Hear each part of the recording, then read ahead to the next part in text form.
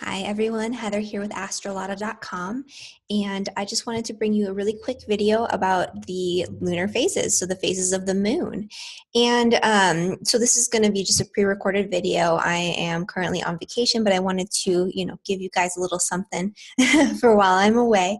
And so when we're talking about the lunar cycles, we're essentially talking about the cycles of the moon and the sun. And when we're talking about astrology in general, we're talking about the study of cycles, right? The study of planetary cycles, the study of cycles of the moon and sun, and how they affect, human behavior and personality and different events that show up here on Earth.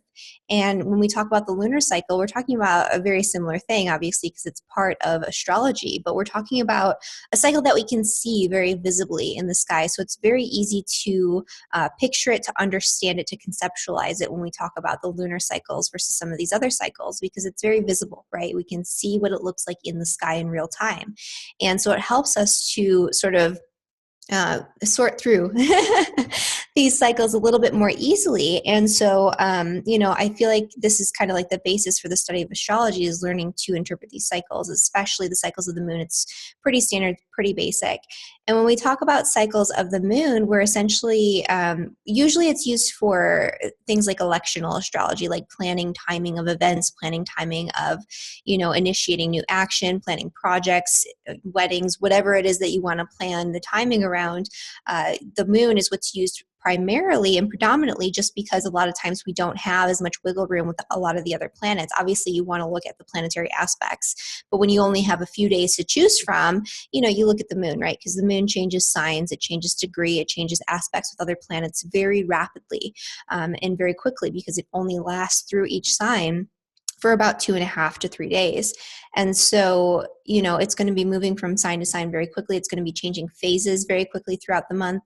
And, each phase has a different energy. And so we talked about in the previous video where I talked about the moon signs in the birth chart, I spoke a little bit about the connection between, the moon and the menstrual cycle, and how women are connected to the moon through that process of, the pineal gland interpreting the frequencies of light from the moon, and therefore, regulating our menstrual cycles.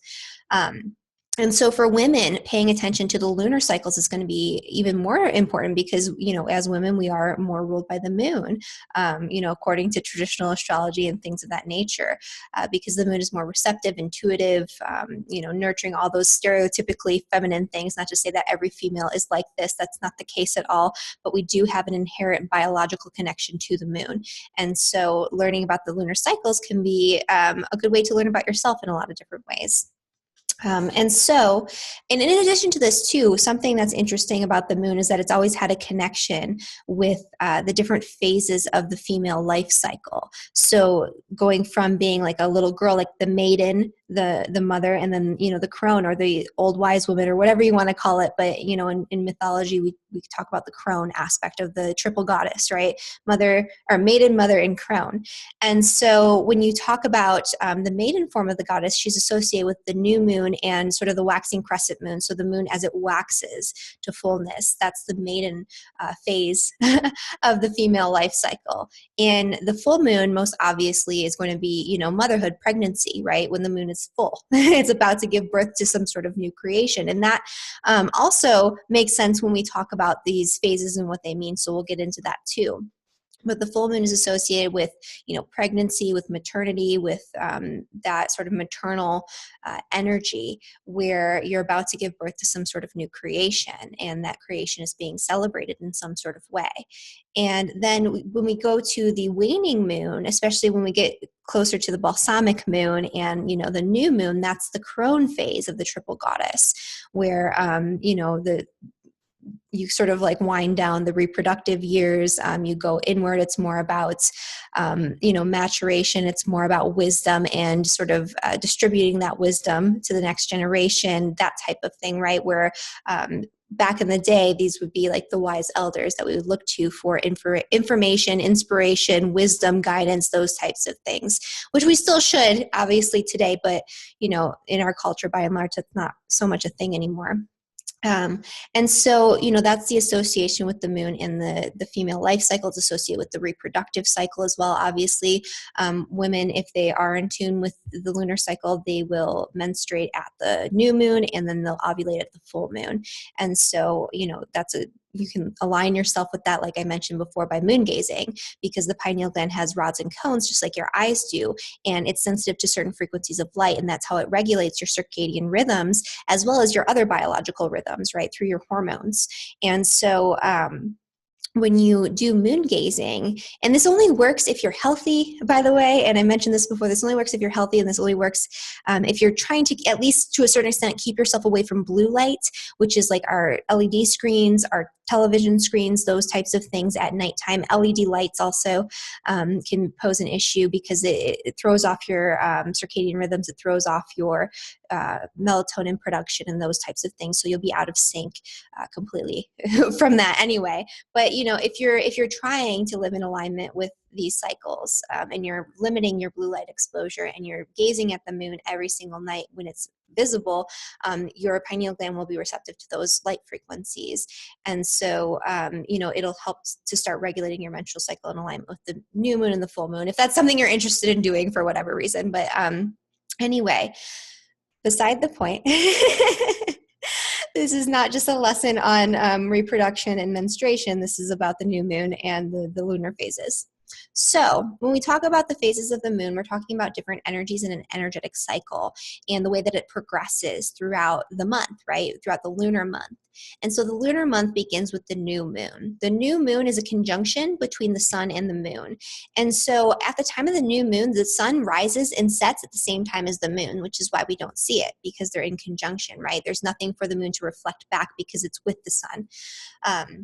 And so this is a time when the moon is dark, when it's a time to go inward, when we can't really see things quite clearly, where it's not time to really initiate new action yet. It's a time to go inward for contemplation. It's a time to release, all the old baggage from the previous lunar cycle, to let it go and to make space to create something new.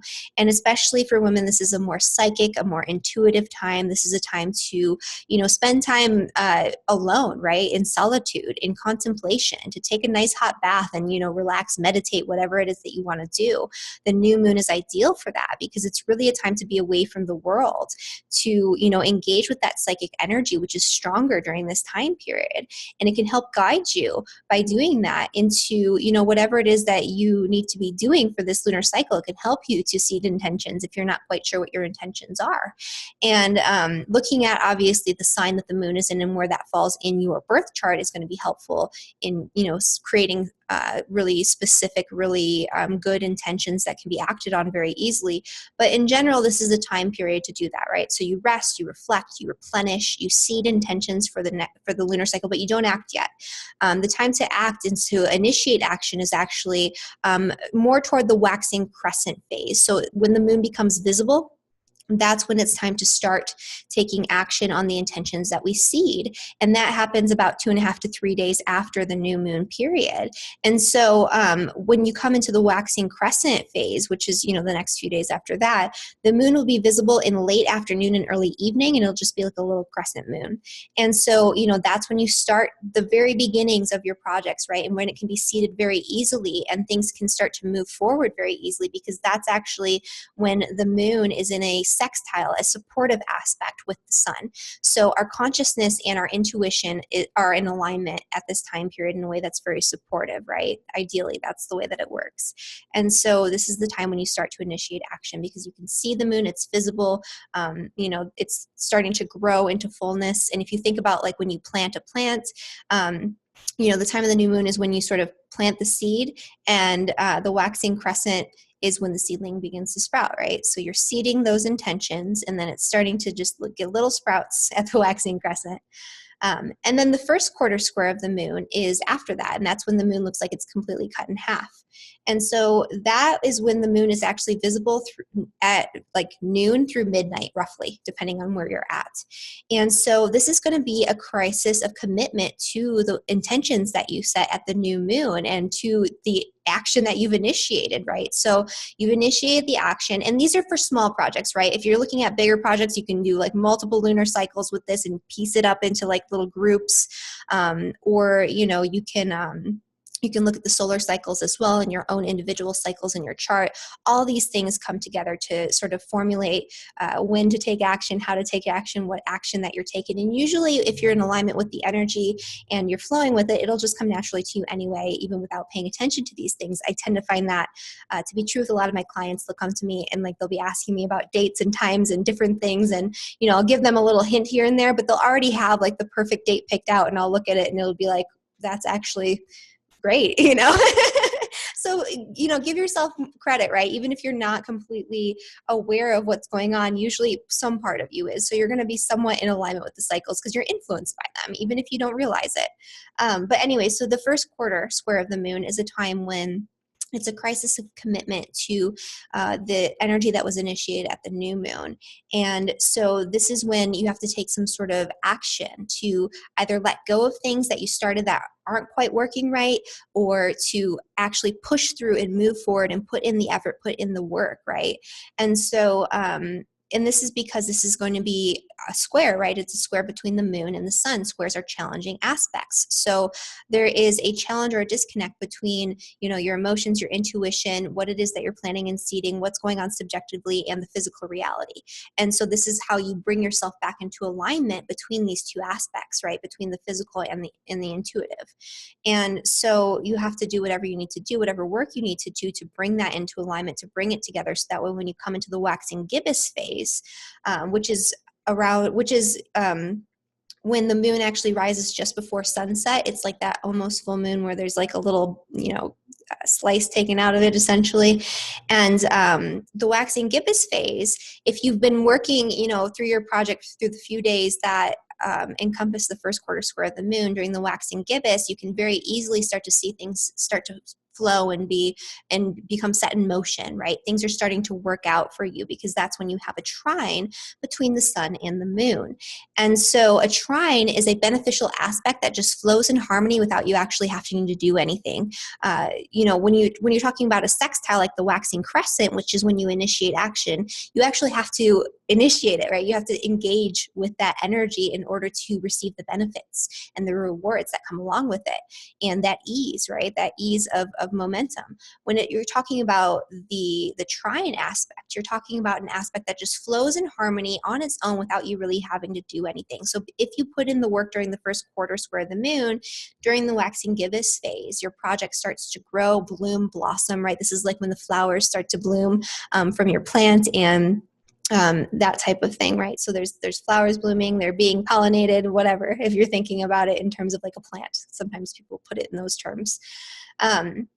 And then the full moon is when the moon actually rises exactly at sunset. So the sun will be setting on the western horizon, the moon will be rising on the eastern horizon because they're in exact opposition in the chart, right? If you're looking at like a natal chart or an astrology chart, the moon will be on the eastern horizon, the sun will be on the western horizon. They'll be in exact opposition by degree, in complete opposite signs. And so this is a time period when you start to, it's like a time of celebration, right? When things are reaching their culmination point, the fruit is starting to fruit. It's not ripe yet. It's not time to pick it, but it's like you did all the work that you can do and things are just blooming and blossoming, and you get to sort of take a break and look at what it is that you've accomplished and completed. This could either be a crisis where it's like this crisis point where it's like things didn't work out quite the way that you thought that it would, and you have to sort of navigate that and let some things go and sort of like move on. Or it's a celebration point, right? It just kind of depends on how you've utilized the energy and how things have played out thus far in this lunar cycle that we're talking about, this theoretical lunar cycle.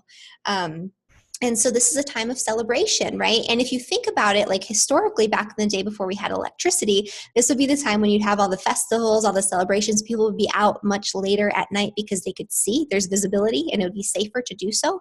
And also naturally, we sleep slightly less at the full moon than we do at the new moon. I can't remember the exact amount of time, something like an hour, a half hour, something like that. But on average, we actually need a little bit less sleep, and we naturally will sleep less during the time of the full moon, as opposed to the time of the new moon.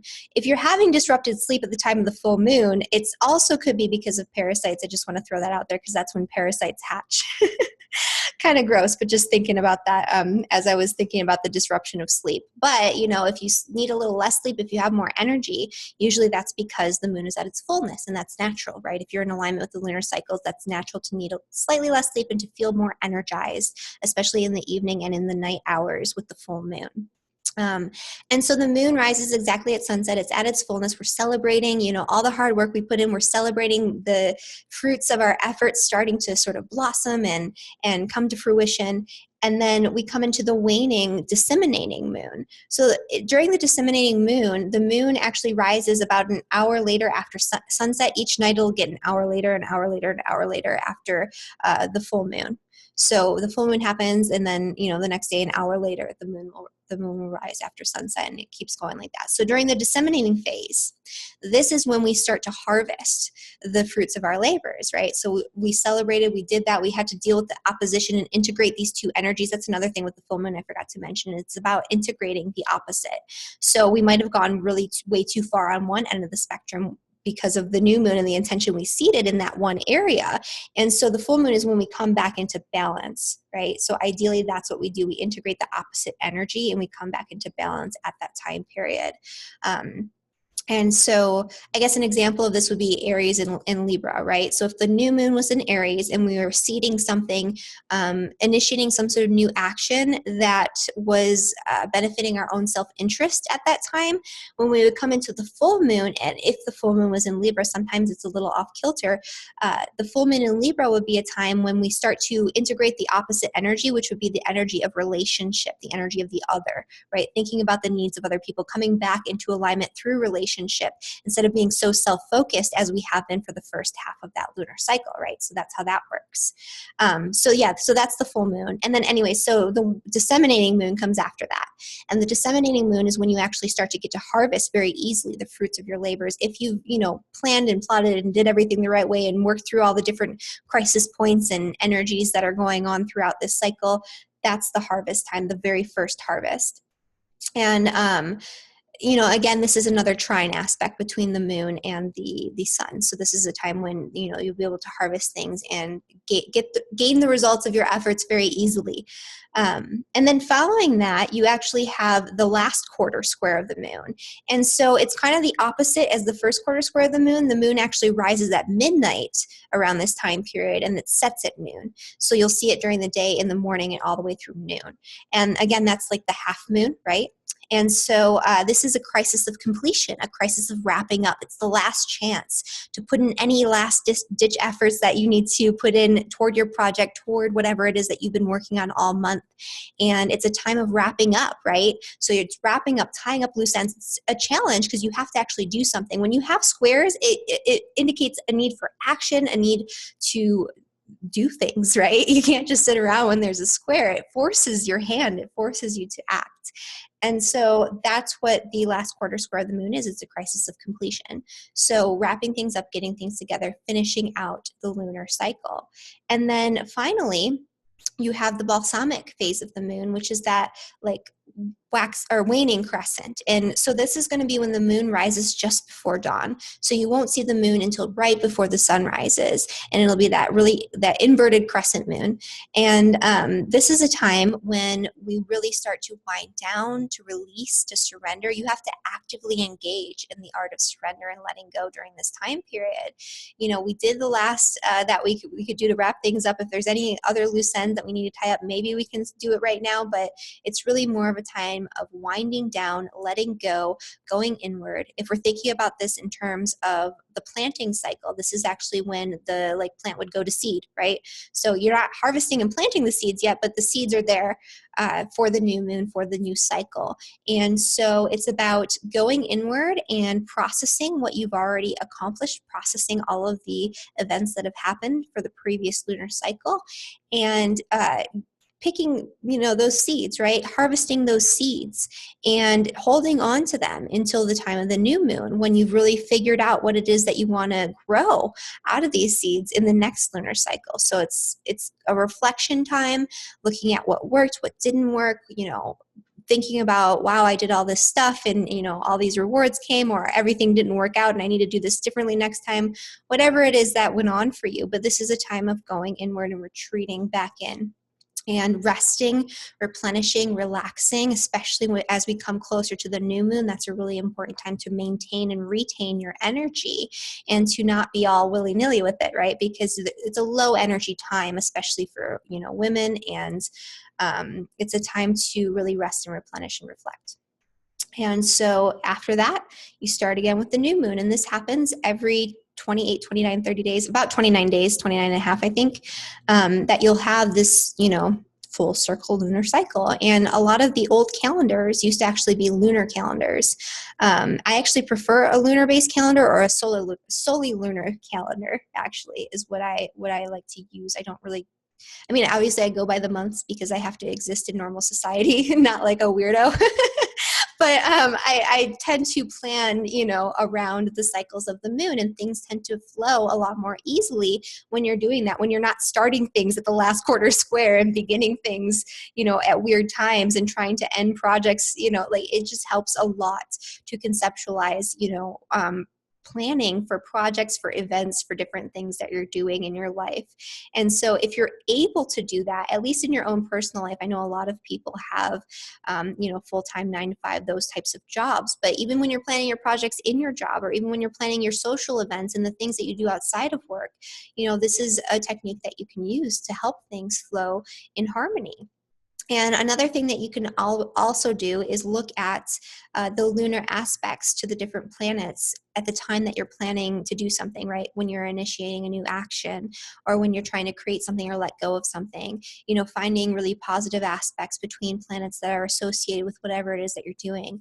Like if you are, if you're looking at like a new marketing plan for your business or something, you would want, the moon to be in a good sign, like maybe in Gemini or something. Waxing crescent would be nice, and maybe in trine with Mercury, which rules communication, something like that, right? There are so many different intricacies for each little thing that you could go into and that you could do.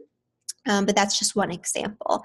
And so, yeah, if you want me to go deeper into, planning by the moon and those types of things, I can always do more videos on that. But for now, this is what I have for you. And so if you want to book a reading with me, I am still accepting readings. I have some of them already booked for January, and I'm doing pre-recordings and all that. So you can book a reading with me at the link in the description below. I will be back next week.